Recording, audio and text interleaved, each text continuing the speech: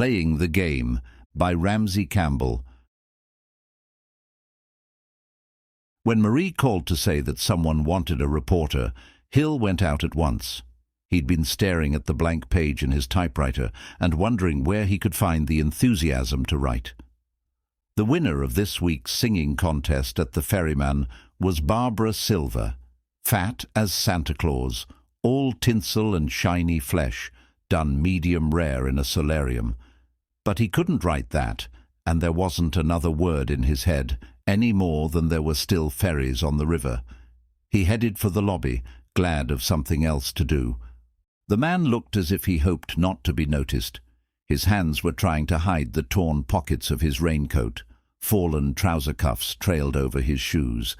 Nevertheless, Marie was pointing at him, unless she was still drying her green nails. And as Hill approached, he turned quickly, determined to speak. "Do you investigate black magic?" he said. "That depends." The man had the look of a pest in the street, eyes that expected disbelief, and challenged the listener to escape before he was convinced. But the blank page was waiting like the worst question in an examination, and here at last might be a story worth writing. "Come and tell me about it," Hill said. The man was visibly disappointed by the newsroom. No doubt he wanted the Hollywood version, miles of chattering typewriters beneath fluorescent tubes, rather than the cramped room full of half a dozen desks and waste bins, overflowing with paper and plastic cups and ragged blackened stubs of cheap cigars, the smells of aftershave and cheap tobacco, the window that buzzed like a dying fly whenever a lorry sped through town. Hill dragged two chairs to face each other and sat forward confidentially over his notebook. "Shoot," he said. "There's a man down by the docks who claims he can cure illness without medicine. He's got everyone around him believing he can. They say he cures their aches and pains and saves them having to go to the doctor about their depressions. Sounds all right, doesn't it? But I happen to know," the ragged man said, lowering his voice still further until it was almost inaudible, "that he puts up his price once they need him. They have to go back to him, you see. It isn't a total cure. Maybe he doesn't mean it to be, or maybe it's all in their minds until it wears off. Either way, you can see it's an addiction that costs them more than the doctor would." He was plucking unconsciously at his torn pockets. "I'll tell you something else. Every single one of his neighbors believes he should be left alone because he's doing so much good. That can't be right, can it? People don't take to things like that so easily, unless they're afraid not to. Why won't they use the shortcut through the docks any longer if they think there's nothing to be afraid of?" "You're suggesting that there is." "I've got to be careful what I say." He looked afraid of being overheard, even in the empty room. "I don't live far from him," he said eventually. "Not far enough. I haven't had any trouble with him personally, but my next-door neighbor has. I can't tell you her name. She doesn't even know I'm here. You mustn't try to find her. In fact, to make sure you don't, I'm not going to tell you my name either." Hill's interest was waning. His editor would never take a story with so few names. "Anyway," the man whispered, "she antagonized Mr. Matter, though she didn't mean to. She caught him up to no good in one of the old docks, so he said that if she was so fond of water, he'd make sure she got plenty. And the very next day, her house started getting damp. She's had people in, but they can't find any reason for it, and it's just getting worse. Mold all over the walls. You wouldn't believe it unless you saw it for yourself. Only you'll have to take my word for it, I'm afraid." He was faltering, having realized at last how unsatisfactory his information was. Yet Hill was suddenly a great deal more interested. Could it really be the same man? If so, Hill had reasons of his own to investigate him, and by God, there was nothing he'd like better. "This Mr. Matter," he said. "What can you tell me about him?" His informant seemed to decide that he couldn't avoid telling. He came every year with the carnival. Only the last time he was too ill to be moved, I think, so they found him a house, or maybe they were glad to get rid of him. It was the same man. All at once Hill's memories came flooding back, the carnival festooned with lights on the far bank of the river, in which blurred skeins of light wavered like waterweed as you crossed the bridge, the sounds of the shooting gallery ringing flat and thin across the water, the ghost train in which you heard the moaning of ships on the bay, and above all M.O. Martyr, with his unchanging child's face and his stall full of games. "So he's still fond of playing games to frighten people, is he?" Hill said. "He still sells them." That wasn't quite what Hill had meant, but perhaps the man was afraid to think otherwise. Of course, Matter had sold games from his stall, though Hill had never understood why people bought them. The monkeys on sticks looked skeletal and desperate, and always fell back with a dying twitch just before they would have reached their goal. The faces of the chessmen were positively dismaying, as Hill had all too strong a reason to remember. In fact, when he recalled the sideshow, the bald, bruised heads you tried to knock down with wooden balls, but which sprang up at once, grinning like corpses, he couldn't understand why anyone would have lingered there voluntarily at all. Once he'd seen Matter by the river at low tide, stooping to a fat, whitish shape, but he was losing himself in his memories, and there were things he needed to know. "You say your friend antagonized Matter. In what way?" "I told you she was taking the shortcut home." The man was digging his hands into his pockets, apparently unaware that they were tearing. "She saw the man he lives with taking him into the dock where the crane's fallen in. It was nearly dark, but he just sat there waiting. She thought she heard something in the water, and then he saw her. That's all." It seemed suggestive enough. "Then, unless there's anything else you can tell me," Hill said, "I just need Matter's address." As soon as he'd given it, the ragged man sidled out, trying to hide behind his shapeless collar. Hill lit his first cigar of the afternoon and thought how popular his investigation should be.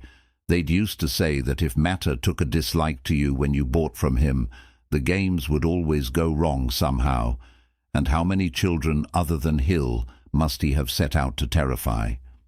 As for the business with the docks, if that wasn't a case of drug smuggling, Hill was no investigative reporter. He went in to see the editor at once. "Not enough," the editor said, too busy searching his waistcoat for pipe cleaners even to look at Hill.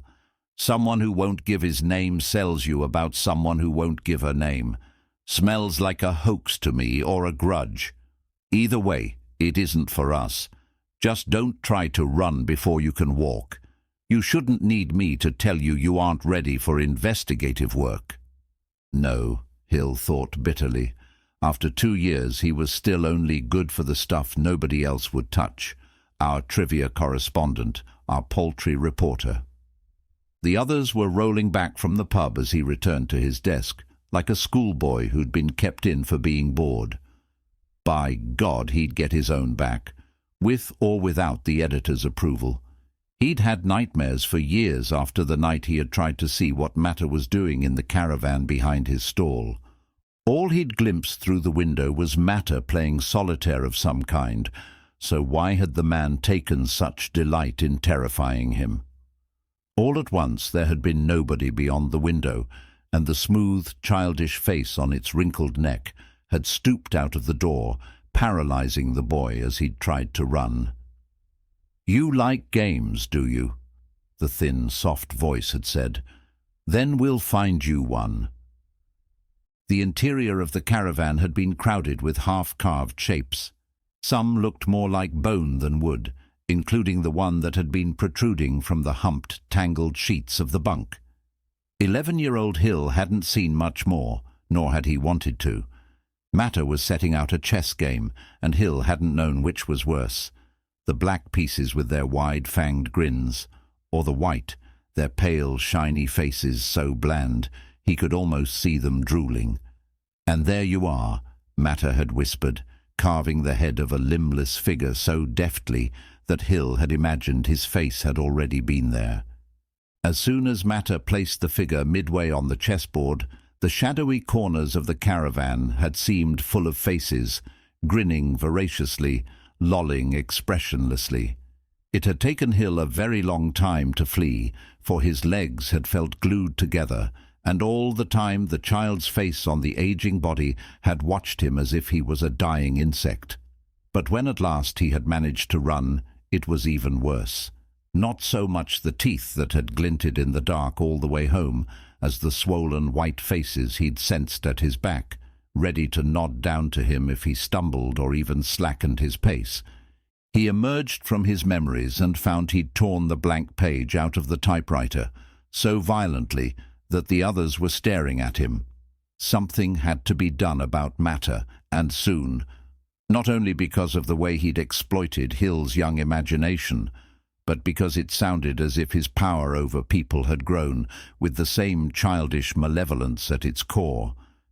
If this editor wouldn't print the story, Hill would find someone who would, and glancing at the red-veined faces of his colleagues, all of them drunk enough to be content with the worn-out town, he thought that might be the best move of all.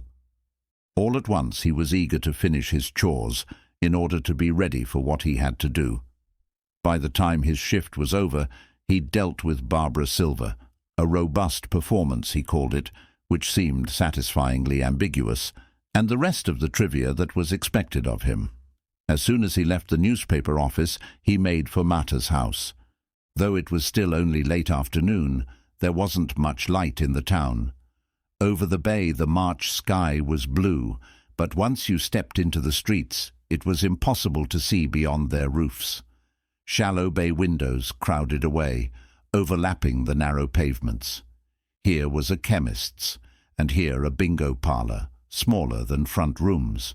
Elsewhere he saw the exposed ribs of a lost neon sign, and crumbling names that had been painted on plaster.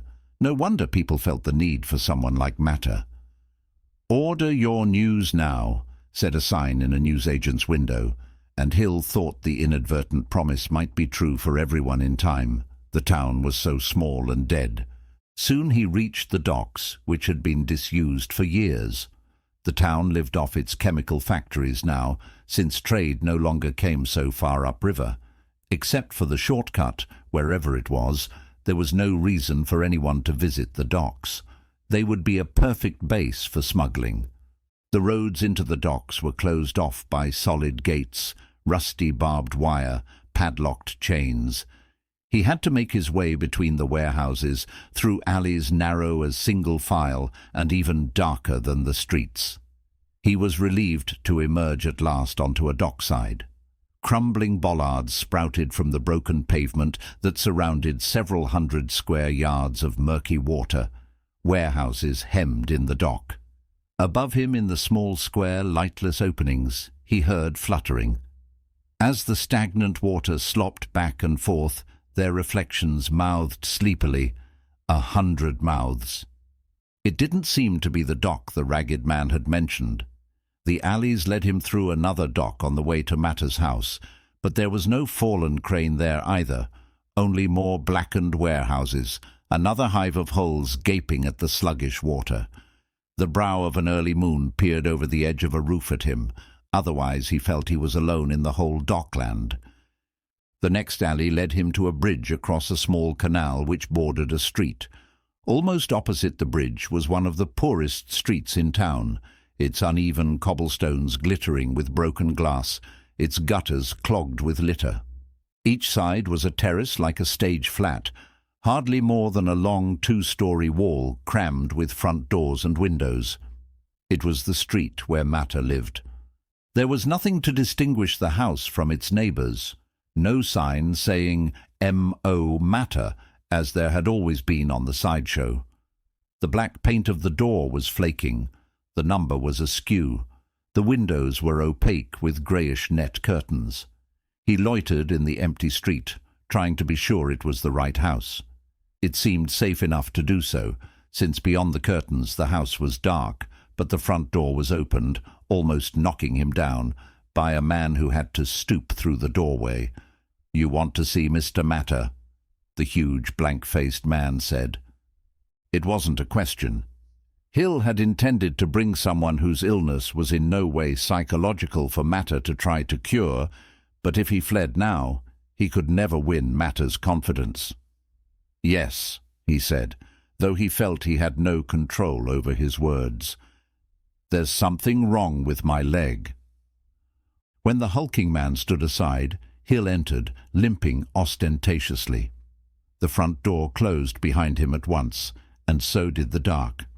In the musty, unlit hallway, where there was scarcely room for anyone besides the hulking man and the staircase, he felt buried alive. In a moment the other had opened the door to the front room, and Matter sat waiting in a caved-in armchair. "Something wrong with your leg, is it?" Matter said. He seemed not to have changed at all, the soft, secretly delighted voice, the face smooth and placid as a sleeping child's, except that his face looked even more like a mask on the ropey, wizened frame. He was grinning to himself as always, but at least his words were reassuring. For a panicky moment, Hill had thought Matter had recognized him. Why should that make him panic? He limped into the room, and Matter said, "Let's see what we can do." Hill couldn't see much in the room. Boxes which he assumed contained games and bits of wood were piled against the walls, taking up much of the limited space. A few chairs were crowded together in the middle of the floor, beneath an empty light socket. The dimness and the smell of wood seemed stale.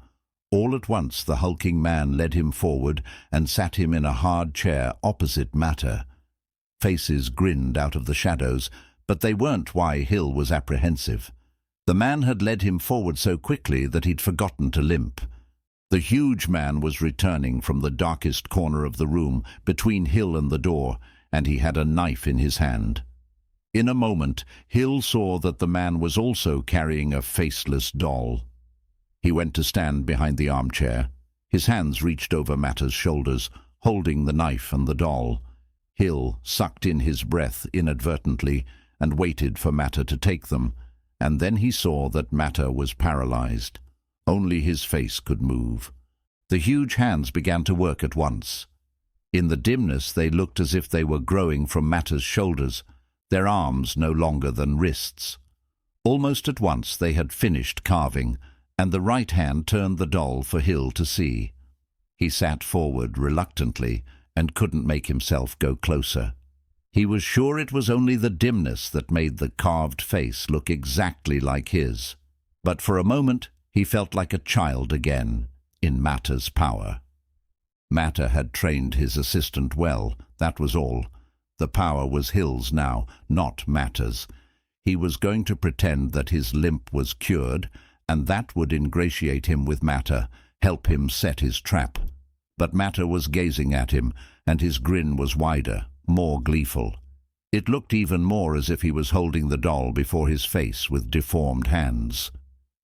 "You came to spy on us," he said, and at once, almost negligently, one huge hand snapped the doll's leg. At once, Hill couldn't move his leg. Matter was leering at him, a pale mask propped on a wooden body, and above the mask a dim smudge with eyes was watching emptily. Many more faces were watching him, but he reminded himself that the others were only carved, and that allowed him to stumble to his feet. It had only been panic that had paralyzed his leg after all. Though Matter was still grinning more widely, if anything, his eyes were unreadable. "I think you'd better go straight home," he said, his voice soft as dust. Hill was so glad when the huge man didn't come for him that he headed blindly for the door. He'd have his revenge another day. Matter wasn't going anywhere. Just now he wanted to escape the dim cell of a room, the musty faces, the staleness. Matter was as bad as he remembered, but now that malevolence was senile. He glanced back from the hall and saw the huge man placing a box on Matter's lap. A game, with something like a worm carved on the lid. He hurried into the deserted twilit street, ignoring the twinge in his knee. When he reached the canal, he looked back. The huge man was watching from the doorway of the house. He stood there while Hill crossed the bridge, and all at once the reporter knew he was watching to see which way Hill went. He strode between the warehouses into the alley he'd emerged from. As soon as he felt he'd waited long enough, he peered out to make sure the man had gone back into the house. Then he dodged into the adjacent alley. They must think they'd scared him off with all their mumbo-jumbo and telling him to go straight home. Let Matter sit and play his game, whatever it was, however he could. Hill was going to find out what they wanted to hide before they had a chance to do so. Though night had already fallen in the alleys, he ought to be able to see in the dock. Dark, cold stone loomed over him on both sides, blinding him. Perhaps he was going too fast, for sometimes the ache in his knee made him stumble. The rough walls scraped his knuckles. He must have strained a muscle in his leg when the huge man had urged him forward, or when he'd left so hurriedly. At least there seemed to be no obstacles to hinder him. But there were. He reached a junction only to find that the right-hand alley was blocked by a rusty bedstead. It hardly mattered, since that route led to the docks he had already seen. He groped to the left, mortar crumbling between the bricks and gritting beneath his nails. Before long, he'd had to turn aside several times. Piles of chains and bollards, and in one place a door jammed between the walls, blocked some of the routes. Sometimes he had to retrace his steps. In those few places where the glow of the darkening sky managed to reach, he could see nothing but the claustrophobic alleys, the towering windowless walls. He wished he hadn't come so far, for he wasn't sure he could find his way back if he had to do so. If Matter's assistant was responsible for the blocking of the alleys, presumably he would have blocked the route into the dock. Hill was trying to remember the way back when he heard the wallowing. Something large was moving through water, quite near. It must be a boat, perhaps the one that Matter wanted nobody to see. He limped to the next junction and saw that the attempts to turn people away hadn't quite succeeded. At the far end of the left-hand alley, he could just see the width of a dock. The end of the alley was blocked by a heap of rubble and twisted metal.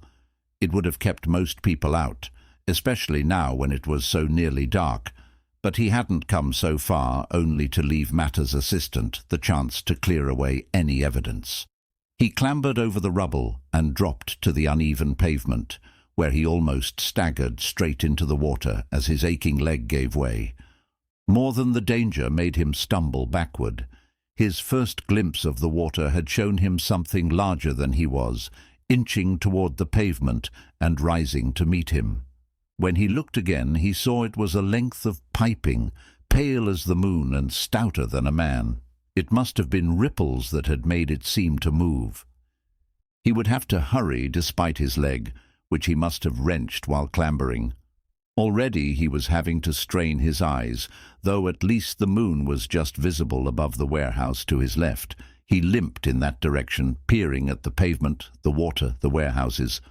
The blackness peered back at him, hundred-eyed. There seemed to be nothing to find, and he'd ventured beyond the edge of moonlight before he realized that it should not be there at all. How could the moon be only just clearing the roofs when he'd seen its brow half an hour ago, barely visible above a warehouse somewhere over here? It couldn't have been the moon the first time, that was all. He hadn't time to brood over it, for he had noticed something rather more disturbing. Access to the dock from the river was blocked. One end of a bridge had torn loose or been dislodged, wedging tons of rusty iron in the entrance. What could Matter have been waiting for that night if the dock was inaccessible? Just what game was he playing? Surely there was no need to run, whatever the answer was. But Hill was running headlong now, anxious to be out of the darkness. He was so anxious that he almost stepped into space before he realized that the pavement wasn't there. His bad leg saved him. He'd tottered backward as it threatened to give way. Now he could see the crane, quivering like jelly underwater, through the hole it had torn out of the pavement. There were splintered planks too, which must have bridged the gap until they had been destroyed. The gap was far too wide for him to jump with a bad leg. All at once he felt he was a victim of another of Matter's games, and only his inarticulate rage stood between him and utter panic. He had no reason to panic. Surely he could find his way back, since he had to do so. There was no point in waiting for the moon to rise higher, when the clouds never left it alone for very long. Besides, he preferred not to see the dock more clearly. The walls and the water maggoty with windows, the buildings that seemed so lonely they no longer had anything human about them, the drowned objects that looked as if they were squirming. He was very near to panic as he scrambled over the rubble into the alley, particularly since the whitish pipe appeared to have drifted closer to the pavement. Perhaps it had been a distorted reflection of the moon. Certainly it reminded him less of a pipe. The moonlight didn't reach into the alleys. When he lowered himself from the heap of rubble, the shock of the darkness was almost physical. He made himself hurry. He knew that the floor of the alley was clear of obstructions. Though it felt as if the walls had captured him, were leading him blindfolded, too fast for his limp. Somewhere behind him he heard the wallowing again, which sounded now like someone emerging hugely from a bath. He restrained himself from going back to see. He wasn't even sure that he wanted to know. He'd regained some confidence and was striding quickly despite his bad leg when he ran straight into something like an outstretched limb. He'd cried out before he realized what the obstruction was, a pile of bollards. He must have taken a wrong turning in the dark. He groped his way back to the last junction and limped in the other direction. Yes, this must be right, for now he was able to follow several alleys unhindered, and soon he could see an open space ahead. He was almost there before he saw the fallen bridge and realized he had come back to the same alley into the dock. He couldn't think where he had gone wrong. He could only trudge back into the narrow dark. At least the moonlight was beginning to filter down and showed him an intersection almost at once. He was sure he hadn't turned here on his way to the dock. He would have noticed the row of whitish tires in the left-hand alley, tires stacked together like a pipe. In the intermittent moonlight they seemed to squirm restlessly, and he was glad he didn't have to pass them. 3 junctions further on, he thought he'd found where he had gone wrong. That was a relief, because the moonlight was reaching as far into the alleys as it would come. Soon the light would be receding. He could just see the walls in those moments when the clouds exposed the moon, and so he was able to run, despite the throbbing of his leg.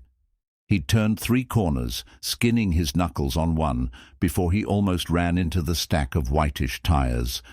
It was impossible. He stumbled back a few yards to the intersection. There was the dock and the fallen bridge, 2 intersections distant.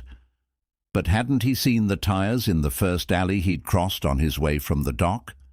He must have been confused by the dark and by Matter, for he felt as if he was trapped in another of Matter's games. That made him feel childish and in danger of panic. But he wasn't childish. Matter was with his malevolent games. His face was what he was. No doubt he was still sitting with the game his assistant had given him, but Hill refused to try to deduce what that game might be. He needed all his wits to figure out the way back before the fitful moonlight convinced him that the whitish tires were squirming silently, mouth open, down the alley toward him. They looked rather large for tires. He turned before he was sure where to go, for the moonlight was draining away, up the walls. He plunged into the thickening dark. He was almost sure of his direction, but hadn't he been sure before? He was levering himself along with his hands on both walls, partly to feel that the suffocating dark was nothing but bricks. That wasn't entirely reassuring, for if he collided with anything now, the first part of him it would touch was his face. For some reason that anxiety intensified once he was out of sight of the whitish segments, the tires. But it was his left hand that collided with something in the dark, an object that was clinging to the wall. It was a ladder. The icy rungs felt scarred with rust, which flaked away beneath his fingers.